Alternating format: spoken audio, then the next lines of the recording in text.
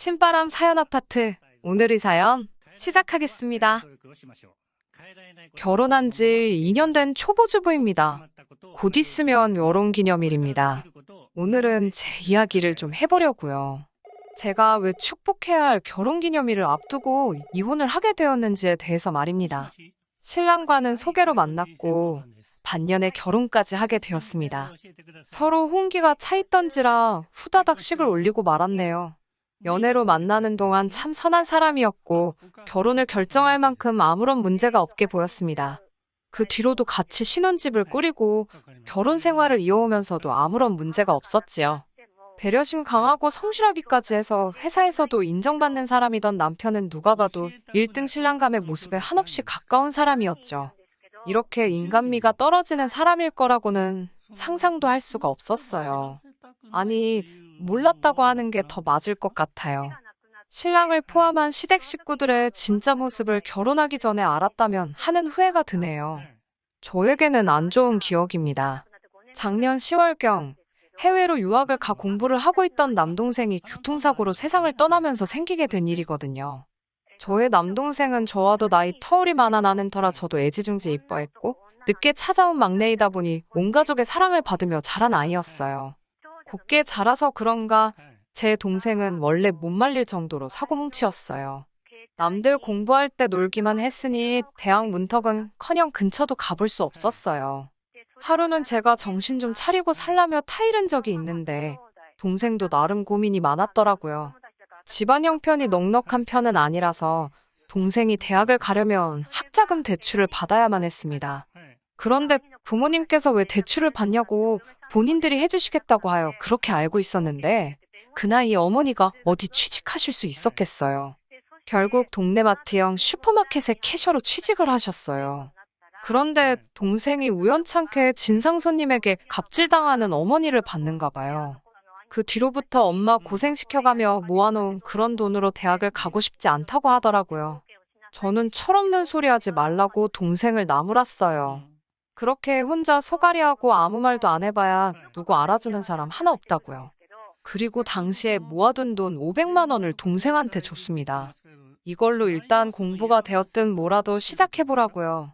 다행히 동생은 군대 다녀온 뒤로 완전히 정신을 차려서 뒤늦게 공부 시작해서 남들보다 한참 늦었지만 결국 대학교에 들어갈 수 있었고 혼자서 공부를 더 하다가 욕심이 생겼는지 혼자서 유학까지 결정했어요. 온 가족들이 혼자 보내는 게 마음에 걸리긴 했지만 그래도 스스로 저 정도까지 하게 된 모습이 자랑스러워서 모두 응원해줬습니다. 저도 마찬가지였고요. 아무튼 그런 남동생이 학교 공부를 마치고 돌아오는 길에 음주운전으로 과속하는 차량에 치여버리게 되었고 음주운전이다 보니 사고 후 신고도 없었고 그대로 뺑소니를 해버렸다고 합니다. 그래서 인적 드문 밤길에 혼자 쓰러져 있던 남동생은 제대로 된 치료도 받지 못하고 길가에서 사망하게 되었고요. 느닷없는 날벼락의 친정 식구들은 모두 초죽음이 되어버렸지요. 사망 선고를 받은 날로부터 동생의 시신을 인도받는 데까지도 무슨 서류와 절차가 그렇게도 많은지 하루하루 어머니와 아버지가 슬픔과 걱정에 야위어가는 게 눈에 보이더라고요. 저도 그동안 친정 부모님 곁에서 두 분을 지켜드렸고요. 아무튼 공항에서 동생의 시신을 인도받는데 어머니는 그 자리에서 아주 혼절을 해버리고 말았어요. 결혼도 못하고 죽은 동생, 장례도 변변히 치러주지 못하고 어머니께서 자주 다니시는 절에 맡기고 제를 올려주는 것으로 만족해야 했습니다. 그런데 죽은 남동생 앞으로 보험금이며 보상금 같은 게 제법 많이 나왔어요. 미국으로 유학을 가면서 들었던 유학생 보험부터 남동생의 절친이었던 친구가 보험 설계사 일을 시작하면서 들어달라고 부탁했던 생명보험도 있었나 봐요. 엄마는 아직 꿈도 못 펼쳐본 우리 아들 죽은 대가로 받은 돈이라고 생각하면 내 수중에 들어와 있다 한들 쓸 수나 있겠냐고 대성통곡하셨고 아버지도 이게 우리 막내 목숨값이냐고 그것과 바꾼 대가가 이거냐며 같이 울부짖으셨습니다. 저도 저지만 동생 갓난쟁이 시절부터 업어 키우던 우리 큰언니도 자기 자식이 죽은 것만 같다고 펑펑 울고 당장 미국에 따라가서 음주운전한 사람 찾아내서 죽여버리고 자기도 죽겠다고 소리를 빽빽 지르고 아주 난리도 아니었습니다. 유학 떠나기 전에 저희 집에 찾아와서는 자기가 방황하던 때 바로잡아준 저에게 항상 고마움을 느끼고 있다고 자기가 꼭 성공하는 모습 보여주고 싶다고 말하고, 귀국할 때마다 우리 아이가 좋아하는 장난감 하나씩 사올 테니 필요한 거 말하라고 하던 모습이 눈에 선해서 저도 눈물밖에 흐르지 않더라고요. 그리고 지난달 중순쯤에 친정엄마가 부르셔서 신랑과 함께 다녀왔습니다. 두 분이서 심각한 표정으로 앉아 계시고 큰언니네 부부까지 도착하자 아버지께서 품에서 통장을 꺼내시면서 이게 막내 보험금이랑 보상금 받은 거라고 하시며 이걸 어떻게 했으면 좋겠냐고 저희들 의견을 듣고 싶어서 불렀다고 하시더라고요. 원한다면 얼마씩 나눠준다고 하시면서요. 큰언니가 먼저 자식들 의견이 뭐가 중요하냐고 친정부모님께 소리를 질렀어요. 가슴 아프고 피눈물 나는 돈이지만 어쨌든 그건 부모님 앞으로 나온 돈 아니겠냐고요. 동생 목숨값이라고 생각하지 마시고 두 분이 원하시는 대로 쓰라고 하더라고요. 저도 언니와 같은 의견이었어요. 아버지, 어머니 원하시는 대로 하란 말씀드렸어요. 저나 언니나 그 돈에서 단돈 10,000원 한 장 건드리고 싶은 마음이 없었습니다. 그리고 우리 집으로 돌아온 그날 저녁, 신랑이 저에게 먼저 입을 열었어요. 저보고 큰언니가 연기력이 대단하다고요. 무슨 소린가 해서 연기력, 무슨 연기력? 하고 대답을 했지요. 그랬더니 온 가족들 앞에서 그 돈에 욕심 없다고 말한 거 있잖아. 나 완전 소름 돋았다니까. 그래도 자기가 거기서 곧바로 자기도 관심 없다고 해줘서 다행이었어. 라고 말하더라고요. 저는 제 귀를 의심하지 않을 수가 없었어요. 남편 말은 저랑 언니가 부모님 앞에서 그 돈에 관심이 없다고 한 게 거짓말이라고 하는 거잖아요. 그래서 그게 무슨 말도 안 되는 소리냐고. 언니나 나나 거짓말한 거 아니고 진짜로 그런 거다. 동생 목숨값인데 탐나지도 않고 그 돈은 부모님 앞으로 들어온 돈이지 우리가 어떻게 할 생각은 추호도 없다고 말해줬습니다. 그러자 남편이 노발대발하면서 왜 그 돈에 관심이 없냐고 말하면서 그렇게 창념하고 욕심 없는 척 하다가는 그 돈 너네 누나한테 다 빼앗기게 생겼다며 정신 똑바로 차리고 받을 수 있는 건 받아내자고 하더라고요. 저는 그 돈에 말한 것처럼 10원 한 장 미련 없었어요. 그래서 그 돈은 우리 것이 아니고 우리 부모님 거라고 말했어요. 남편은 저보고 어휴 답답하다 하면서 아무튼 더 늦기 전에 장인어른께 잘 말씀드려서 받아낼 준비를 하고 있으라고 하면서 방문을 닫고 들어갔어요. 언니한테 선수 뺏기지 않게 눈치 잘 봐가면서 하라고 지시하면서요. 기분이 엄청 나빴습니다. 여태껏 보여준 적 없는 남편의 모습에 사람이 다시 보이기까지 했고요. 아무튼 그 일로 다툰 건 아니지만 저의 입장을 정확하게 이야기해줬으니 남편이 시키는 대로 할 생각이 없다는 뜻을 충분히 전한 걸로 생각해서 별다른 말은 않고 있었어요. 그런데 하루는 남편이 같이 가볼 데가 있다면서 저를 데리고 나가더라고요. 그 자리에는 시어머니와 신우가 있었어요. 보통 시댁 식구들 만나면 저한테 미리 이야기해주던 남편이 시어머니 만난다는 걸 속이고 데려온 것도 그때가 처음이었습니다. 남편이 이미 이야기했는지 제가 장소에 도착하자마자 대뜸 저에게 한다는 소리가 잘 지냈냐 같은 안부를 묻는 말이 아니고 친정에 하루빨리 이야기해서 그 돈을 받아오라고 하는 것 아니겠어요? 저는 분명히 제 입장을 남편에게 충분히 전달했다고 생각했는데 이걸 자기 가족들한테까지 공개하고 돈까지 받아오라고 시키는 시어머니 모습을 보니 기가 막히더라고요. 솟구치는 열을 억누르며 저는 그 돈을 받아올 생각이 없는데 남편도 그렇고 왜 자꾸 제가 그 돈을 꼭 받아와야 하는 것처럼 하는지 모르겠다고 제가 왜 받아와야 하고 받아오면 어쩔 것인지 물어봤습니다. 그러자 시어머니가 우리 딸, 그러니까 저에게는 신우이죠. 아무튼 신우가 아파트 청약에 당첨되었다고 말하며 강남은 아니지만 요즘 재개발되면서 뜨고 있는 엄청 핫한 지역이라고 설명하더라고요. 운이 중요한 일이지만 신우가 다 미래를 내다보는 눈이 있고 실력이 있어서 당첨된 거 아니겠냐 하며 자랑하듯 말입니다. 아무튼 그렇다고 그 아파트를 당장 살 돈도 없고 대출도 전부 나오지 않을 것 같아 딱지를 피를 받고 팔아야 하나 고민하고 있는 와중이었는데 제 남동생의 보험금 소식을 들었다고 하시며 아주 난감하던 차에 잘 됐다고 저보고 친정에서 그 돈을 받아와 신우 당첨된 아파트를 사주라고 하는 거 아니겠어요. 신우가 옆에서 잘난 척하면서 거드는데 언니 저도 곧 있으면 결혼 생각해야 하는데 서울에 신축 아파트 한 채 제 이름으로 가지고 있으면 미래 배우자 직업이 바뀐다고 말하며 자기가 돈 많은 남자던 사짜 직업 들어가는 전문직 남자건 나중에 잘 되면 저한테 섭섭치 않게 하지 않겠느냐며 꼭 좀 부탁한다고 보태더군요. 그러니까 그 집을 자기가 시집갈 때까지 쥐고 있겠다는 건 그 보험금 받아다가 집 사고 팔아서 차액을 남겨서 돌려주겠다는 뜻도 아니잖아요. 그냥 자기 집 사야 되는데 돈 달라고 하는 거나 다름없는 태도에 어이가 없어서 아무 대답도 안 하고 있는데 신우가 제가 반응이 없자 하는 말이 가관이었습니다. 자기가 시집갈 때 원래 저한테 냉장고 아니면 세탁기 중 둘 중에 하나를 받으려고 했는데 그 집 사는 돈 도와주면 혼수 선물을 면제해주겠다고요. 아니, 제가 그 돈을 해주던 안 해주던 간에 애초부터 신우 결혼할 때 20만 원 이상 줄 생각이 없었거든요. 왜냐하면 신우가 저희 결혼할 때 백수가 돈이 어딨냐고 3만 원만 냈는데 아직 하지도 않은 결혼에 딱 봐도 상대도 없어 보이는데 뭐 의사니 변호사니 나대는 것도 우습고 저희가 어떤 혼수를 해줘야 되니 정해놓고 있는 게 참 어이가 없더라고요. 그래서 저도 혼수는 제가 번 돈으로 했고 신우도 자기가 벌은 걸로 직접 해야 하는 거 아니냐고 그걸 왜 제가 해주고 면제해주고를 다 아가씨 맘대로 정하냐고 따졌더니 시어머니가 옆에서 거드시더라고요. 그 보험금 받으면 돈도 많을 텐데 그거 해주는 게 아깝냐면서 여유 있는 사람이 도와주고 도움받은 사람은 앉아서 큰돈 벌고 서로 윈윈하는 거 아니겠냐며 돕고 살을 수 있기 때문에 가족인 게 아니냐 하고 저를 가르치려고 하시더라고요. 말도 안 되는 소리를 듣고 있자니 이거 잘못했다가는 싫다고 하는 말만 하루 종일 반복하고 세 명한테 둘러싸여서 저만 피곤할 것 같아서 세 사람 앞에 딱 잘라 설명했습니다. 청약 당첨된 건 축하할 일이지만 친정에 돈 달라 소리할 생각도 없고 못한다고요. 그 돈은 피 같은 우리 막내 임종도 못 지켜주고 하루아침에 허망하게 보내버리고 받은 목숨값이라고요. 이토록 자세히 알고 계신 거 보니 이미 남편이 시댁 식구들한테 보험금의 존재를 말했다는 건 의심할 가치도 없는 일이었습니다. 너무 자세하게도 알고 계시더군요. 시어머니가 제 말을 듣고 말하기를 사돈댁에서 제가 원하면 준다고 하지 않았느냐고 저 달라고 한마디만 하면 되는 게 뭐가 그리 어려워서 고집을 부리고 있냐고 하더라고요. 그래서 시어머니한테도 또박또박 정확하게 제 생각을 말했습니다. 그러니까 지금 제 동생 죽어서 나온 보험금 우리 부모님 가슴 아파서 받은 돈 그대로 10원 하나 쓰지 않고 두고만 있는 동생 목숨값을 내 시누이 아파트 청약 당첨된 집 사줘야 한다고 우리 부모님한테 받아내라고 하시는 말씀이신가요? 그거 안 주면 시누 시집 갈 때 냉장고랑 세탁기 해줘야 한다고.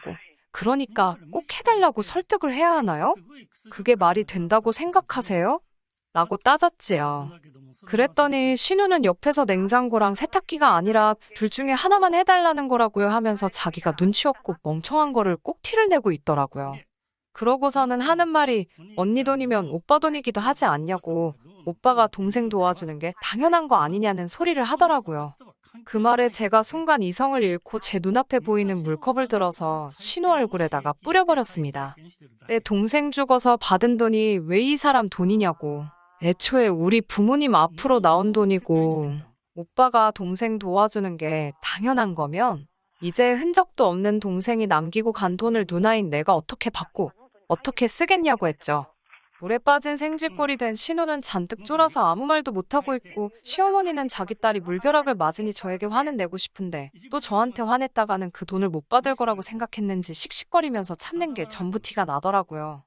더 말해봤자 당장에 제 고집 꺾지 못할 거 눈치챘는지 아무튼 남편하고 저희 부모님하고도 잘 상의해보라고 말하고는 신우 데리고 돌아가시더군요. 두 사람 돌아가자마자 신랑은 얼굴이 시뻘개져서는 자기 엄마한테 대하는 태도가 그게 뭐며 지 동생한테 물은 왜 뿌렸냐고 성질을 내길래 저도 같이 소리 지르며 한판했어요. 좋은 게 좋은 거 아니냐고 자기도 그 돈이 있으면 신우 청약된 집 자기 돈 주고 사주고 싶다고 하더군요. 부동산으로 이익 보는 건 안 봐도 뻔한 일인데 자기 동생 득 보는 게 배가 아파서 그러냐며 저에게 뭐라 하더군요. 저는 죽어도 그렇게는 못한다고 하니 또 애꿎은 우리 큰언니 이야기 꺼내면서 그러다가 언니한테 다 뺏겨봐야지 정신 차릴 거냐고 장인 장모님 살아봐야 얼마나 더 사시겠냐며 써도 남을 돈인데 일부만 받아서 조금 쓰는 게 어디가 어때서 고집을 부리고 있냐고 여러 사람 피곤하게 하지 말고 당장이라도 장인 장모님하고 통화를 하라고 소리치더라고요. 저는 포기했어요. 부모님께 물어볼 생각이 있는 게 아니고 절대로 저는 이 일에 대해서 어떠한 반응도 대꾸도 하지 않고 전부 다 무시해버리기로 했습니다. 남편과 대화도 단절한 채 그렇게 지내고 있으니 시어머니가 다급해졌는지 매일같이 전화를 하시더라고요. 남편 안 보고 살 생각까지 했는데 시어머니 전화 무시하는 게 어려운 일이었을까요? 전혀 무섭지가 않았습니다. 그렇게 한 달 가까이 남편 없는 사람처럼 살고 신우 시어머니에게 걸려오는 전화 한 통을 받지를 않으니 시어머니가 신우 데리고 집까지 또 찾아오더라고요. 신우는 또 저한테 물 맞을까봐 무서웠는지 시어머니 뒤에 딱 달라붙어서 나오질 않고 있었고요. 두 사람이 뭐 자기들이 잘못 생각했다 사과하러 왔을 리는 만무하고 당연히 저한테 친정엔 물어봤느냐 하면서 돈 이야기 하러 오신 거였어요. 제가 왜 그러시느냐고 저는 벌써 싫다고 말씀드리지 않았냐고 하니 시어머니가 한마디 하셨습니다. 어른 말 우습게 아는 며느리 필요 없다고 전 그렇게 하기 싫으면 이혼하라고요. 아이가 있으니 제가 그런 말 들으면 겁먹을 줄 알았나 봐요. 제가 먼저 꺼내기 전에 이혼하라 말씀하시니 아주 고맙기까지 하더라고요. 그래서 알겠다 말하고 그 길로 집으로 돌아갔습니다. 짐 싸고 있는데 시어머니가 문 열라고 현관문을 두드리더라고요. 저는 무시하고 제할을 했죠. 남편한테 물어봤는지 비밀번호 눌러서 집으로 들어오시는데 제가 짐 싸고 있는 모습을 보더니 화들짝 놀라시더니 짐을 왜 싸고 있느냐고 하시더라고요. 어머님이 이혼하라고 하셨잖아요. 제가 나가려고 했는데 남편을 내보낼까요? 어머님 편하신 대로 하세요. 라고 말하니 당황해서 말도 잇지 못하고 계시고 시어머니가 저 집 나가게 생겼다고 남편에게 연락을 했는지 회사에 있어야 할 남편도 얼마 안 있어서 집에 도착하더라고요. 집에 도착한 남편은 이미 자초지종을 듣고 왔는지 저한테 뭐 하는 거냐며 제가 싸놓은 가방부터 뺏어버리더군요. 처남 죽은 돈으로 내 동생 집 사달라는 게 아니라고 어쨌든 그 집만 사놓으면 피 받고 파는 것보다 훨씬 더 이득을 볼 텐데 당장 그 집값을 마련하기가 힘드니 잠깐만 쓰겠다는 거라고 말을 바꾸더라고요. 일단 집을 사고 나서 담보로 대출을 받아 그 돈만큼을 다시 저희 부모님한테 갚겠다고요. 그러니까 사실 따지고 보면 저희 부모님한테서 나가는 돈이 한 푼도 없는 거라고 잠깐 빌려만 쓰는 거라고 해명을 하더라고요.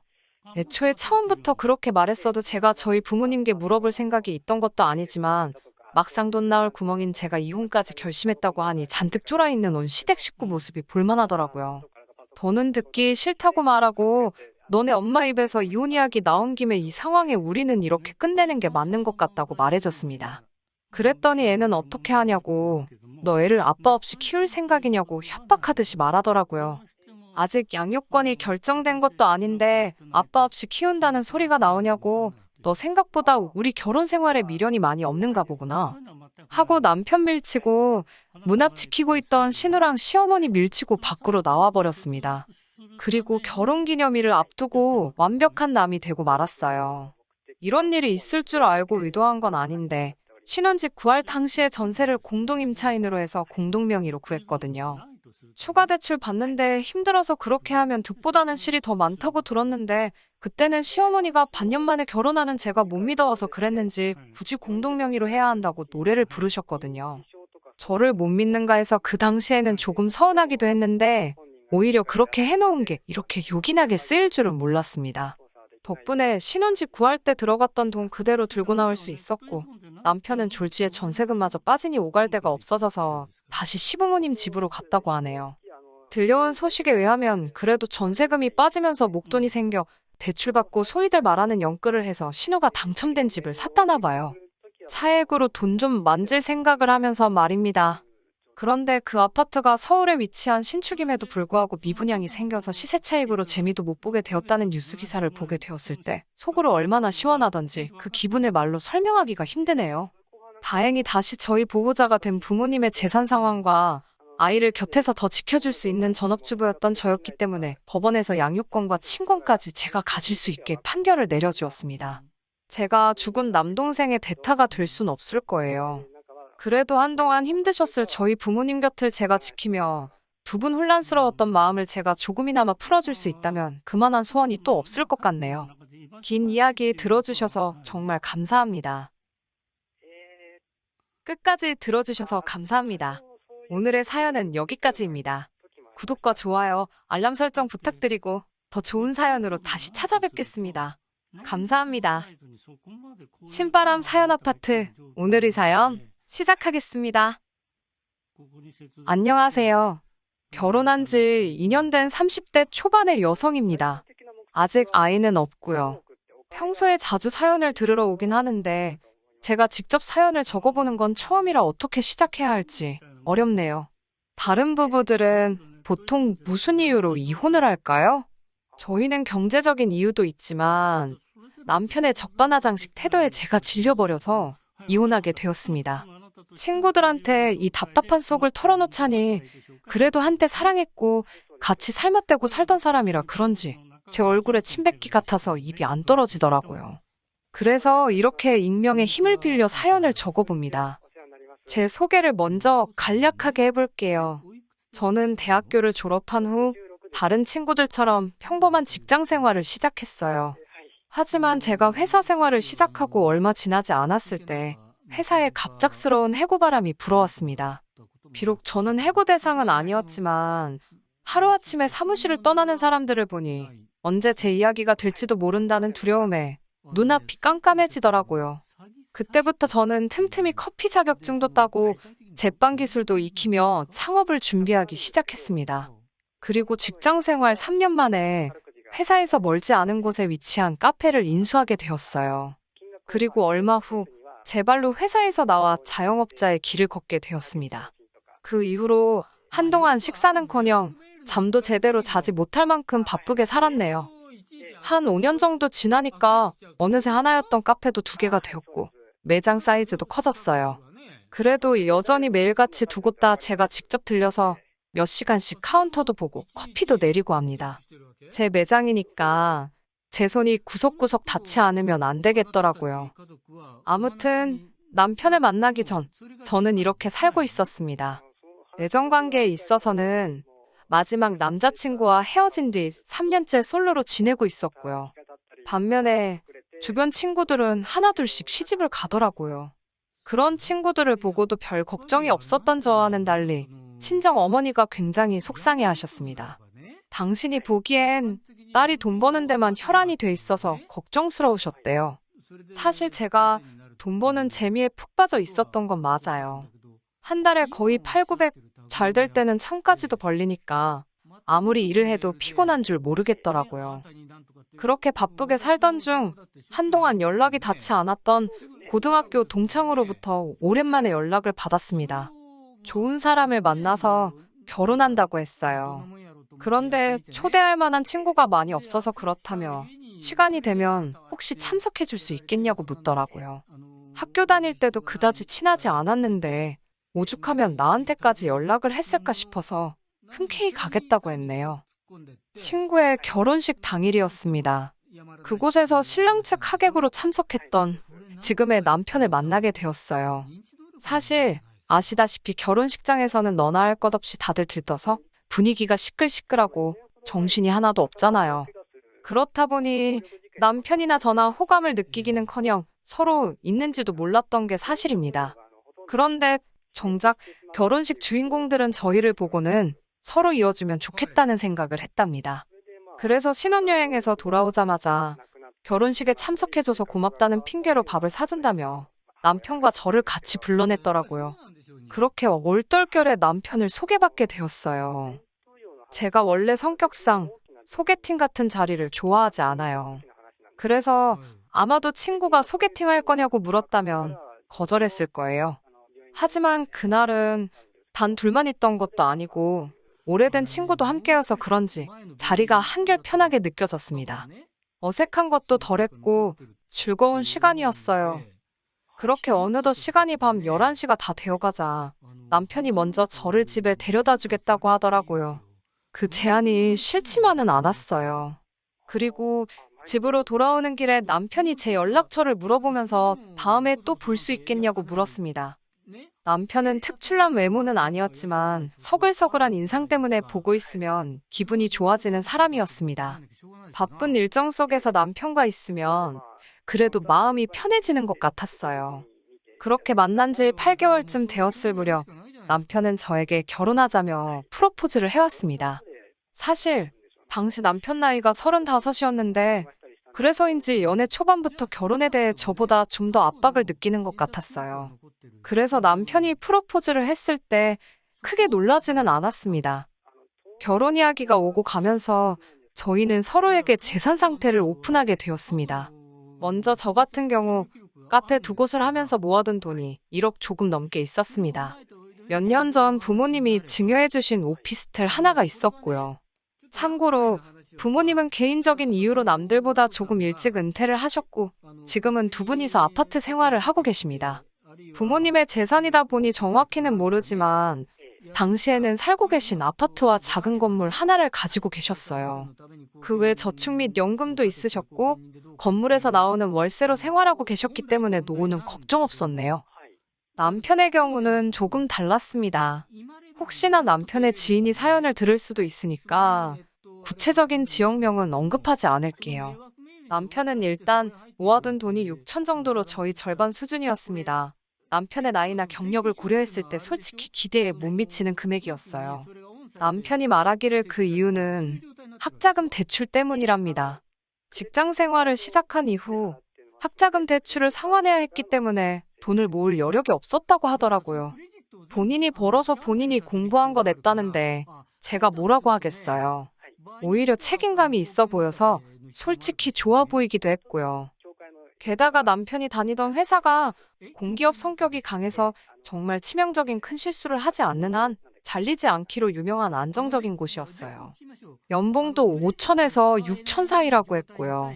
그렇기에 당장 남편이 가진 돈이 좀 적어도 앞으로 모으면 된다고 생각했어요. 또한 남편 말이 아버님이 돌아가시면서 어느 정도 재산도 남기셨다며 시어머니의 부양에 대해서는 크게 걱정하지 않아도 된다고 하더라고요. 남편에게는 6살 어린 신우가 있습니다. 신우는 미혼이고 남편이 독립한 이후 줄곧 어머님과 둘이 살고 있었어요. 신우는 지역 내 중소기업을 다니고 있었는데 그곳에서 정확히 무슨 일을 하는지는 듣지 못했습니다. 저와 남편 사이에 그리고 친정과 시댁 사이에 경제적인 격차는 크지는 않아도 분명히 있었습니다.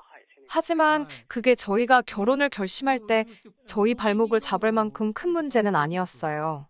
서로 부족한 부분을 채워주는 존재가 부부라고 생각했으니까요.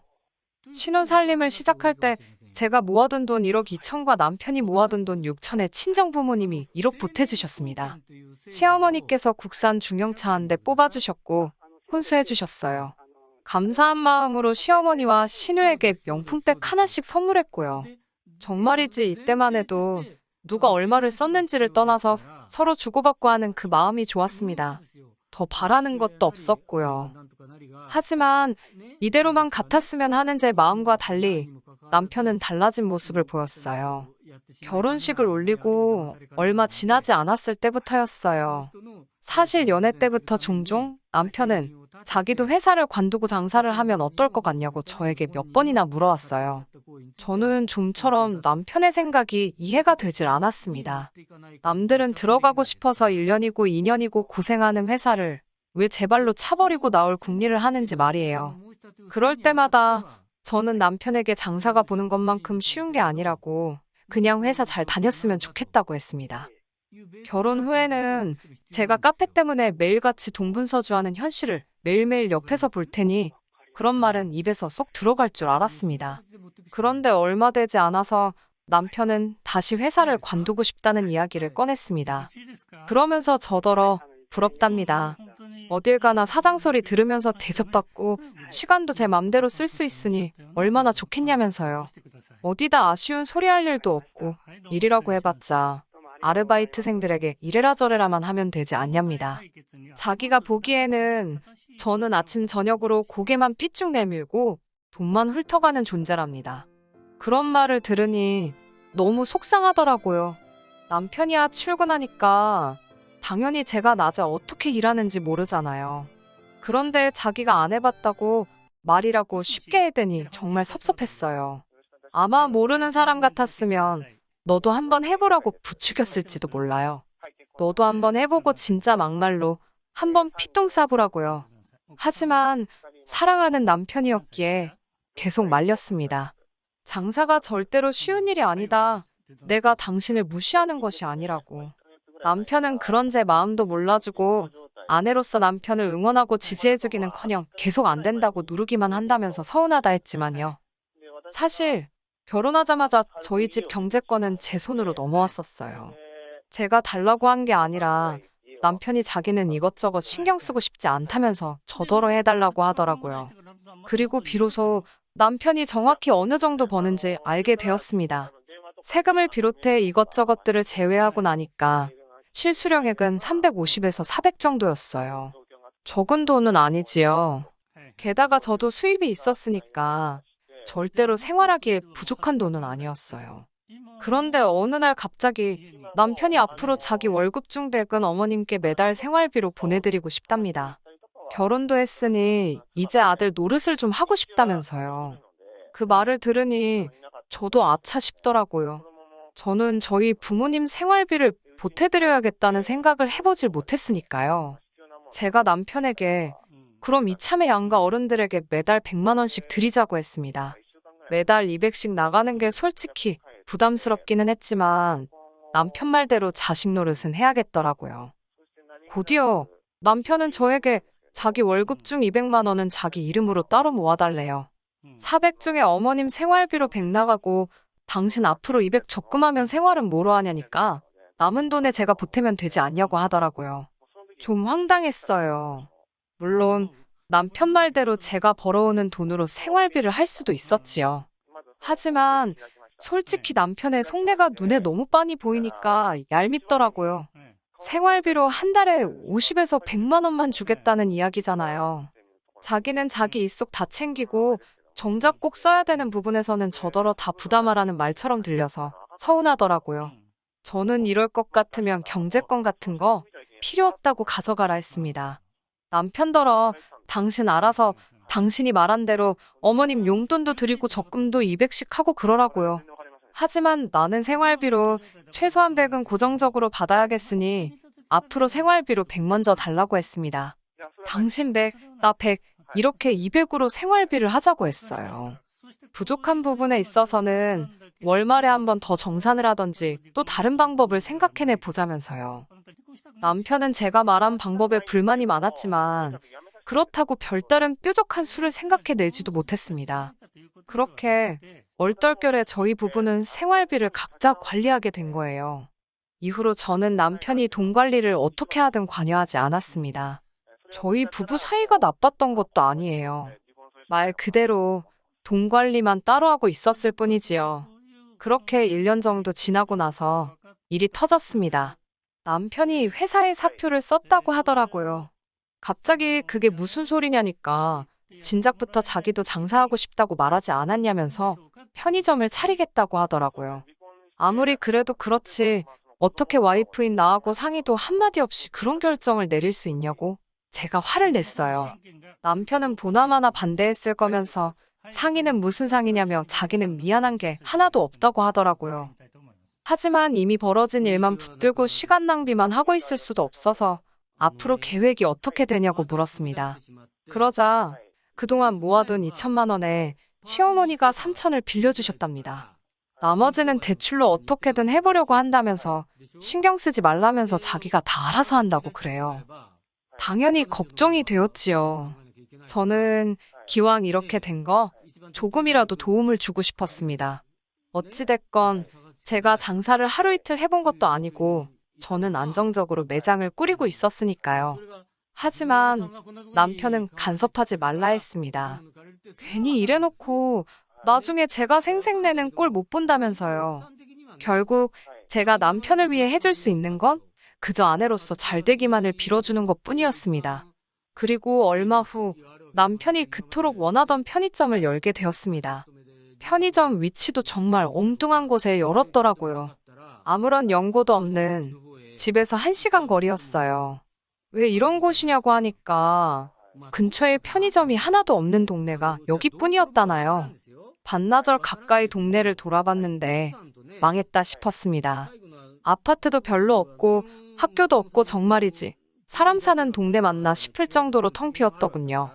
막말로 제 돈 안 들어갔다고 해도 앞으로 남편이 실망하고 속상해할 게 벌써 눈에 빤히 보여서 제 마음이 다 안 좋더라고요. 그래도 처음 두세 달은 어찌저찌 생활비는 가져다 주더라고요.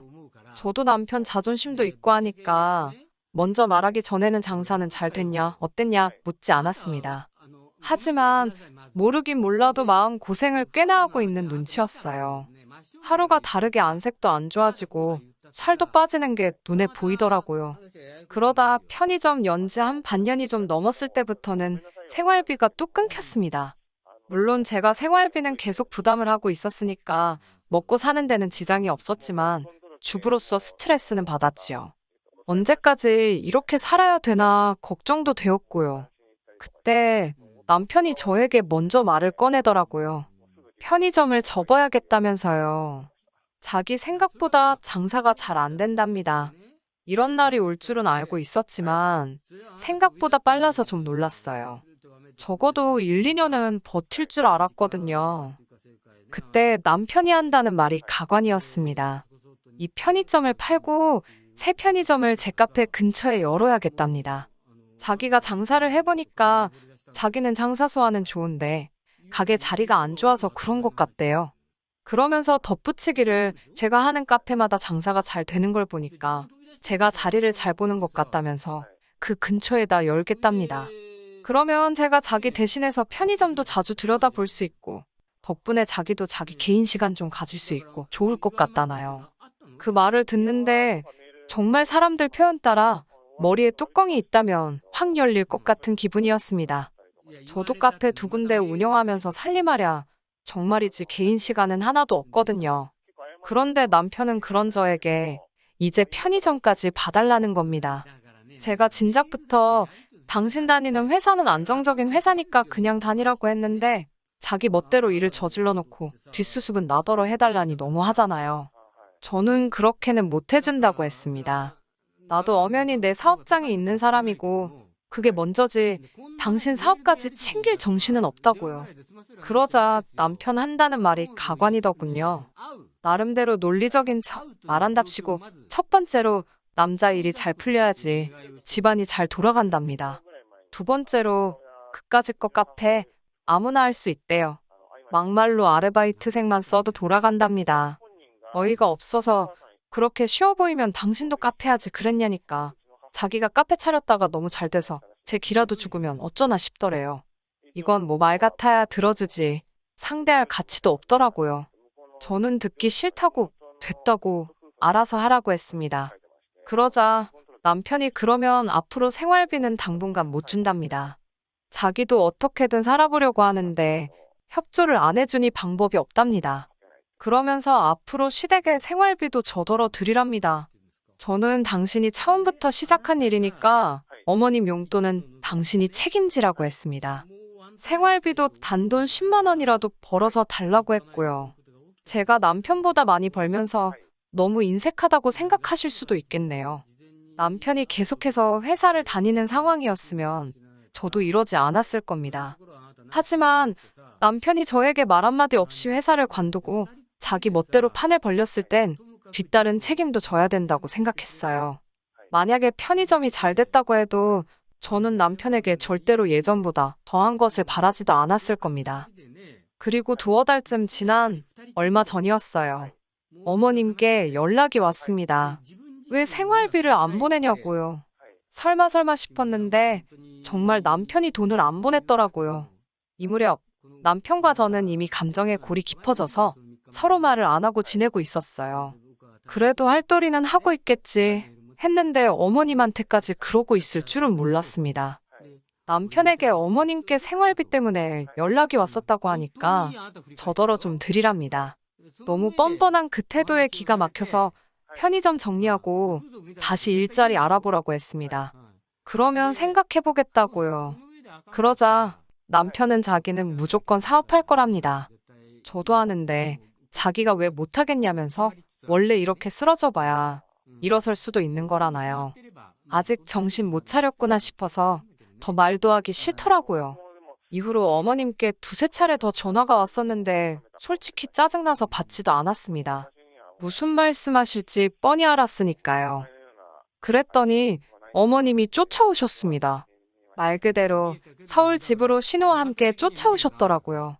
저더러 왜 생활비를 안 보내주냐면서 왜 내 아들이 도와달라는데 너는 모른 척 하는 거냐고 욕을 하시더라고요. 살면서 평생 먹을 욕은 다 먹은 것 같습니다.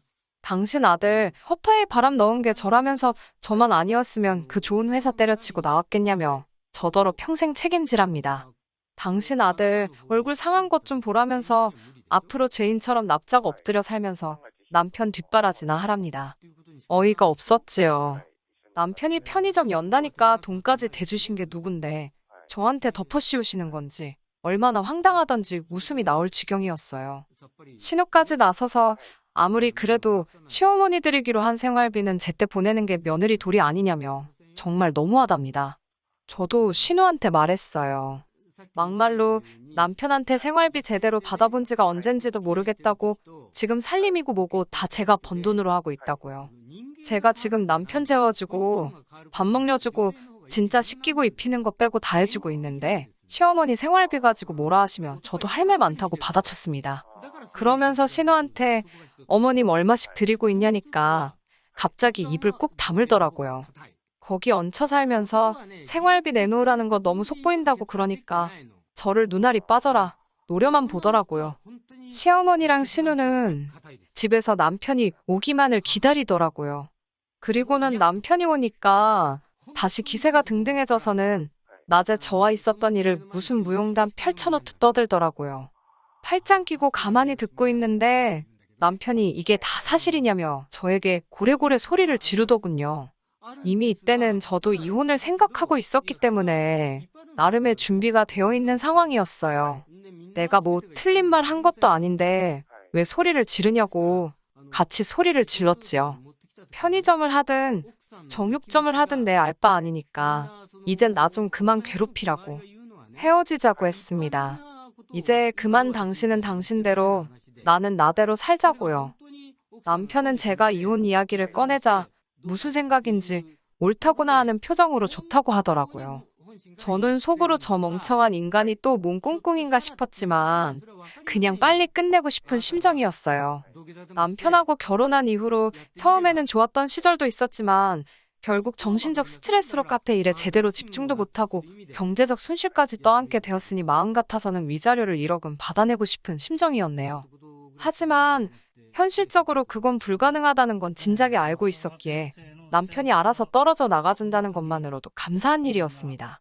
남편 마음이 바뀌기 전에 빨리 진행해야겠더라고요. 제가 합의 이혼을 하자고 했는데 남편은 굳이 저를 상대로 이혼 소송을 걸어왔습니다.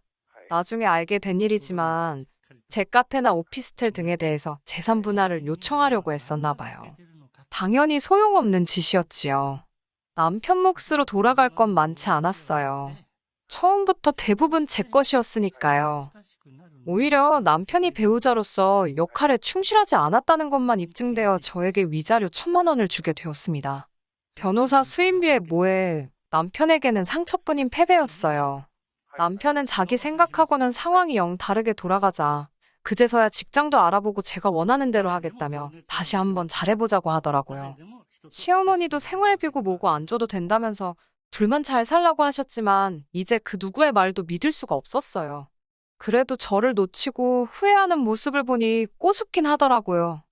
딸이 그동안 이렇게 마음고생하고 사는지 몰랐던 친정부모님께서는 특히 빨리 결혼하라고 저를 채근하셨던 친정어머니는 다 이게 당신 탓이라며 너무 미안해하셨습니다. 그런 어머니를 보고 있으니 착잡하더라고요. 잘 사는 모습을 보여드렸으면 좋았을 텐데 말이에요. 이렇게 또 인생을 배웠고 저는 한층 더 단단해졌습니다. 이제 제 목표는 제 이름을 내건 카페를 3개, 4개로 늘려가는 거예요. 언제 한번 커피 드시러 오세요. 끝까지 들어주셔서 감사합니다. 오늘의 사연은 여기까지입니다. 구독과 좋아요, 알람 설정 부탁드리고 더 좋은 사연으로 다시 찾아뵙겠습니다. 감사합니다. 신바람 사연 아파트, 오늘의 사연 시작하겠습니다. 안녕하세요. 결혼 4년차 32살 주부입니다. 결혼 1, 2년 차에 보통 아이가 생기던데 저희 부부는 맞벌이를 하느라고 아이를 조금 늦게 가졌어요. 사실 대출금도 더 갚고 저금 상황도 여유로워졌을 때 아이를 가지려고 조심했는데 아이가 덜컥 들어서 버렸네요. 친정엄마도 시어머니도 이 소식에 엄청 기뻐했어요. 내색은 안 하셨지만 은근 기대를 하고 계셨나 봐요. 특히 시어머니가 더 기뻐하셨습니다. 대를 이을 아들이 태어나니 제사를 이어갈 수 있겠다고요. 제사 이야기가 나와서 말인데 원래 시댁은 결혼 전에는 제사를 따로 지내지 않았어요. 시아버지가 남편이 어릴 적에 일찍 돌아가셨거든요. 그렇게 되면서 자연스럽게 제사가 없어졌다고 하네요. 설령 제사가 있는 집에 시집을 가더라도 저는 제삿날 며느리가 겪는 스트레스 같은 건 사실 걱정도 하지 않았어요. 저희 집도 제사를 지내거든요. 딸만 둘인 저희 집에서 제사는 온 가족이 일을 나누어 하는 행사였어요. 아버지랑 어머니가 아침 일찍부터 음식 준비하시고 저도 도와요. 먼저 결혼한 언니도 형부와 같이 와서 도와주고요. 조금 늦게 오기는 하지만 늦게 온 만큼 제사 준비부터 뒷정리까지 도맡아 하고요. 그만큼 제사는 제가 어릴 때부터 계속 겪어오던 일이었기 때문에 딱히 걱정이 된다거나 하지는 않았어요. 결혼 전에 남편이 우리 집은 제사도 없고 어쩌고 저쩌고 하면서 저보고 시집 잘 오는 거라고 자랑처럼 이야기를 한 적이 있어요. 제사 지내는 게 딱히 어려운 일도 아닌데 제사 없는 집에 시집 온다고 내가 운 좋은 여자라고 생색내면서 자랑까지 할 일인가 생각도 들었습니다. 그런데 남편 말과는 다르게 결혼하고 첫 해에 시어머니께서 이제 며느리도 들어왔으니 제사를 다시 시작해야겠다고 하셨어요. 명절날마다 뭐 조상님들께 크게 하는 게 아니고 돌아가신 시아버지 기일을 챙기고 싶다고 하시면서 제사를 부활시키셨어요. 혼자 사시는 시어머니 집이 작은 편이라서 저희 신혼집에서 제사를 모시겠다는 말을 하실 때는 신경이 쓰이긴 했지만 그래도 얼굴 한번 뵙지 못한 시아버지에게 제가 할 수 있는 며느리의 도리이다 생각하고 넘겼습니다. 말씀드린 대로 명절날에 따로 거하게 지내는 것도 아니고 시아버지 기일에 맞추어 한 번만 지내면 되는 거니 크게 어려울 것도 없었어요. 그리고 시아버지 제사를 모시게 되면서 남편도 저희 집 제사에 가서는 음식 준비며 뒷정리며 먼저 나서서 도와주고 해서 크게 불만은 없었습니다. 첫 해 제사는 정말 정신이 없었습니다. 남편 위로 시누이가 한 명 있는데 애가 둘이거든요. 형님은 애들 본다고 음식하는 거 도와주지도 않았어요. 그런데 애들이 집에서 뛰어다니고 시댁 식구들 온다고 청소해놓은 방이며 옷방으로 쓰고 있는 드레스룸까지 들락날락거리면서 아주 말 그대로 개판을 만들어 놓더라고요. 소리도 엄청 지르고 다니고 애 본다고 일도 안 하는 신우와 아주버님은 아주 TV 앞에 앉아서 아이들 그러고 있는 건 신경도 안 쓰고 놀고만 있더라고요. 제사 끝나고 정리할 때 되면 도와줄 생각은 없고 일찍 집으로 가버리고요. 그래서 그 다음에는 그냥 아이들 어린이집 하원하고 제사 준비가 다 끝나면 와달라고 부탁을 했어요. 애들이 좀 뛰어다닐 수도 있는 거지. 뭘 그렇게 예민하냐며 제 말에 나를 세우기는 했는데 정작 화는 그렇게 내놓고 그 다음에는 정말 준비가 다 끝나고 제사 시작 전에 꼭 맞춰서 도착하고 제사 끝나면 밥만 먹고 돌아가더라고요. 시어머니가 일찍 오셔서 나물이나 탕국 같은 거 하시고 제가 전이랑 나머지를 준비하니까 사실 그렇게 힘든 건 없었어요. 그런데 정말 해도 너무 아무것도 안 하는 신우가 얄미울 지경이었습니다. 저는 한 번도 뵌 적 없는 자기 아버지의 제사를 지내는데 암만 시어머니와 제가 준비를 도맡아 전부 다 한다지만 와서 과일 하나라도 깎아줄까 물어보는 것도 힘든 건지 정말 아무짝에도 도움 하나 되지 않고 손도 까딱하지 않았어요. 그래도 꼭 참고 결혼하면서 4년간 시아버지 제사가 아니더라도 살아계셨다면 아마 내가 생신상을 준비해드렸겠지 생각해오며 불만 한 번 가지지 않고 오히려 시어머니가 차리라고 한 것들보다 더 많은 음식들 준비해서 정성껏 모셨어요. 그런데 이 제사 때문에 시어머니와 신우가 저를 서운하게 하네요. 앞서 말씀드렸다시피 몇 달 뒤면 첫째 아이 출산 예정일입니다. 거기에 더불어 제 출산 예정일에서 한 달쯤 지나면 시아버지 제사가 있어요. 지난 구정에 시어머니 집에 모두 모여서 식사를 했습니다. 모처럼 자기 시댁에 가지 않은 신우도 아주버님과 함께 와 있었고요. 만사까지는 아니지만 아이를 가진 몸으로 저는 음식 준비를 했습니다. 신우는 역시 손 하나 까딱하지 않았고요. 신우도 이 집에서야 딸이지 자기 시댁에 가면 며느리가 겪는 고충 충분히 이해할 텐데 정말 아무것도 안 하는 모습에 열이 받기는 했지만 그래 엄마 집에 와서 마음이라도 편해야지 하면서 최대한 이해하려고 했습니다. 저도 친정에 돌아가면 남편 사위 노릇 시키며 푹 쉴 생각이에요. 음식 준비가 끝나고 저녁상을 차리는데도 신우는 방에 낮잠 자러 들어가 놓고 나오질 않고 있더라고요. 수저 꺼내주는 것만 도와줘도 좋으련만 낮잠을 얼마나 깊게 들었는지 제가 몸소 깨우러 가기까지 해야 했습니다. 잠투정을 부리며 끝끝내 나오지 않더군요. 저도 굳이 신우밥을 제가 먹여야 하는 의무가 있는 건 아니니 몇 번 깨우다 말고 그냥 말았습니다. 한참 식사를 하고 있으니 그제서야 배가 고팠는지 슬슬 기어 나오더라고요. 시어머니는 신우 먹으라고 떠놓은 국이 식었으니 토렴해서 새로 떠오라고 저한테 시키더라고요. 시댁에서 시집살이 하는 것 당연한 건 아니지만 어느 정도 감수는 하고 있었으니 아무렇지도 않았습니다. 그런데 저를 정작 서운하게 한 건 하루 종일 집안일 한 것도 아니었고 신우의 잔심부름까지 전부 저에게 시킨 게 아니었습니다. 시어머니께서는 올해는 제사를 지내지 말자는 말을 꺼내시더라고요. 제사를 안 하는데 제가 왜 서운했어야 하는가 생각하시는 분들도 계실 거라고 생각합니다. 그건 제사를 지내지 말자는 말이 나오고 나서 이어진 말들 때문에 그랬습니다. 제사를 안 지내자고 하신 이유가 참 어이가 없었어요. 저의 출산 예정일을 물어보시고는 시어머니께서 그걸 이유로 올해는 일할 사람이 없으니 제사를 지내지 말자고 하시네요. 옆에서 남편이 그 말을 듣고 일할 사람이 왜 없어? 라고 물어봤어요. 가끔은 눈치 없는 게 도움이 될 때도 있더라고요. 아무튼 남편 말을 들은 신우가 네 마누라 곧 있으면 출산하잖아 라고 남편의 질문에 대답을 해주더군요. 그 상황에 또 눈치 없는 남편, 우리 땡땡이가 출산하는 게 무슨 상관이야? 엄마랑 누나가 준비하면 되는 거 아니야? 라고 물어보더라고요. 갑자기 평소에는 눈치라고는 하나도 없던 남편이 천재처럼 보이기 시작했어요. 신우는 남편의 반응에 당황을 하면서 자기가 그걸 어떻게 하냐고 대답하더라고요. 남편이 거기서 눈치 없게 계속 파고들었으면 좋았을 텐데 아쉽게도 더 캐묻지는 않더라고요. 대신에 그럼 전 같은 간단한 것들은 사가지고 우리끼리 간단히 지내면 되는 거 아니냐고 되물었습니다. 이번엔 시어머니가 당황해서 그래도 명색이 제사 음식인데? 음식에는 정성이 들어가 있어야지. 음식 사서 했다가 네 아버지가 오셨다가도 음식 보고 실망해서 왔다가 그냥 가버리겠다는 말로 둘러대시더라고요. 남편은 그 말에 또 그게 무슨 소리냐는 듯이 그러니까 정성이 필요하면 누나하고 엄마가 같이 하면 되는 거 아니야? 하고 되묻더라고요. 남편이 평소 돌아가신 아버지에게 애틋한 마음이 있고 오히려 요 몇 년간 제사 지내면서 참 아버님께 보답하는 것 같아 마음이 좋았었다고 하면서요. 아무튼 남편이 엄마랑 누나가 하면 되는 거 아니냐. 며느리는 어차피 남의 집딸인데다가 우리 아버지가 땡땡이 얼굴 한번 본 적이 있는 것도 아니고 제가 음식 해주는 거는 결국 아버지한테는 모르는 사람이 해주는 거나 마찬가지 아니냐고 되묻더라고요. 그러면 그냥 밖에서 음식 사다가 하는 거랑은 뭐가 다르냐면서요.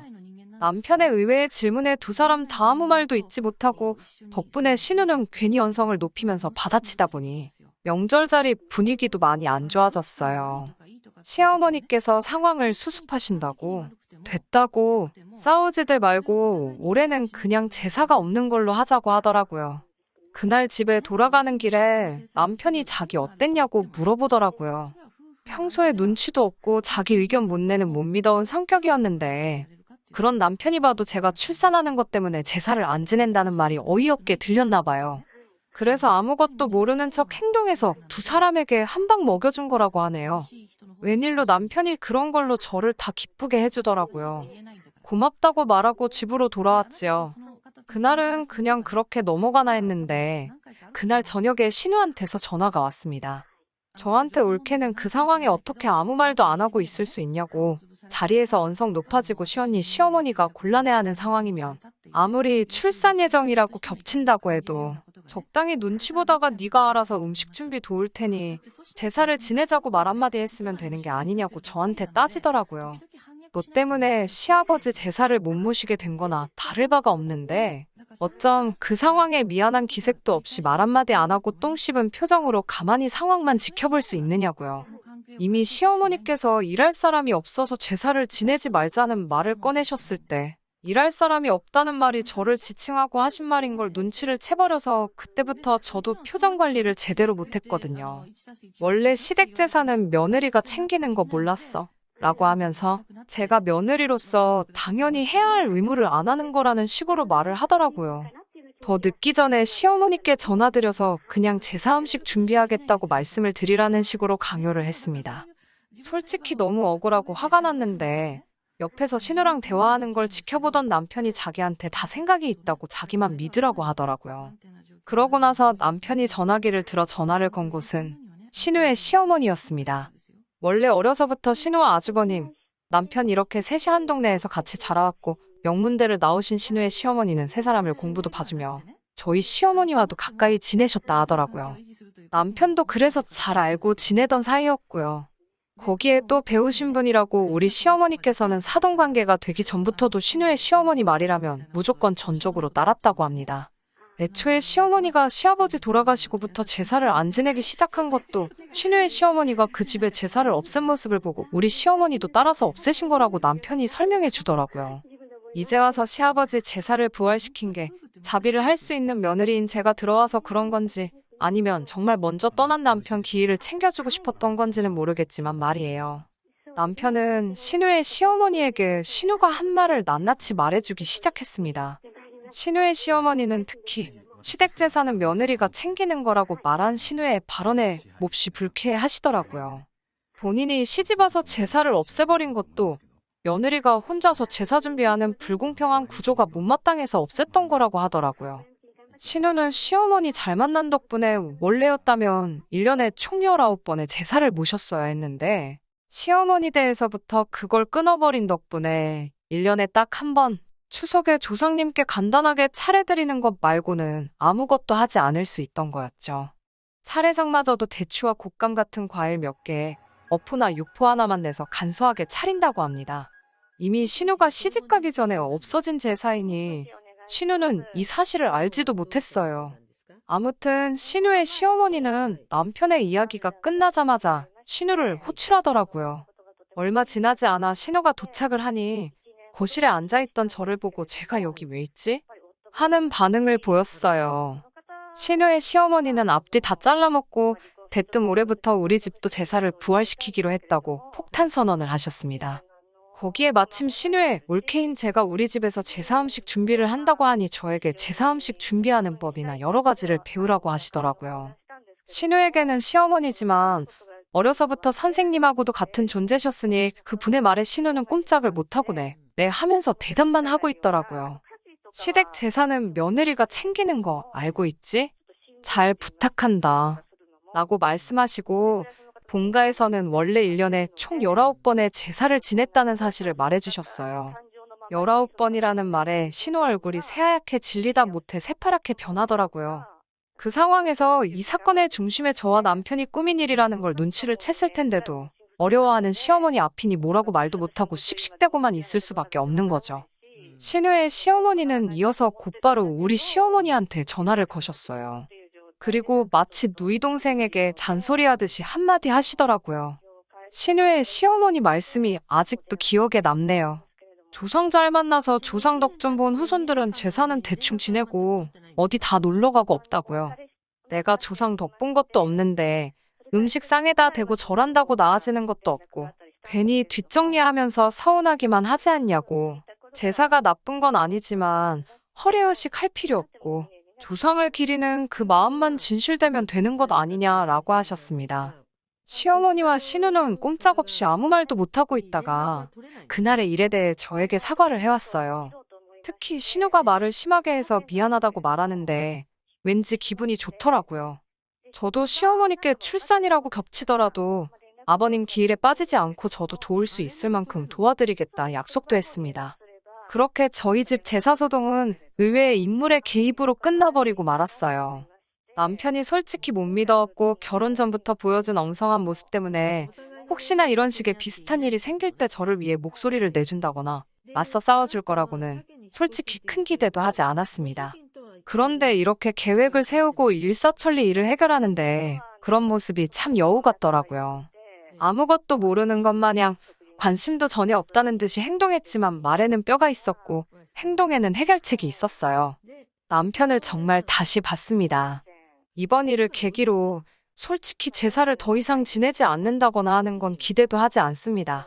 그리고 저도 며느리의 도리가 아닌 남편의 배우자로서 사랑하는 남편을 훌륭하게 키워주신 아버님께 올리는 생신상이라 생각하고 앞으로도 절대 귀찮아하지 않고 간소화하지 않고 진수성찬 정성껏 모실 계획입니다. 그게 절 위해 싸워 이겨준 남편에 대한 보답이기도 하겠네요. 못 믿어오면서 믿음직스러운 남편과 오래오래 행복할 수 있게 여러분들도 저희 많이 응원해주세요. 끝까지 들어주셔서 감사합니다. 끝까지 들어주셔서 감사합니다. 오늘의 사연은 여기까지입니다. 구독과 좋아요, 알람 설정 부탁드리고 더 좋은 사연으로 다시 찾아뵙겠습니다. 감사합니다.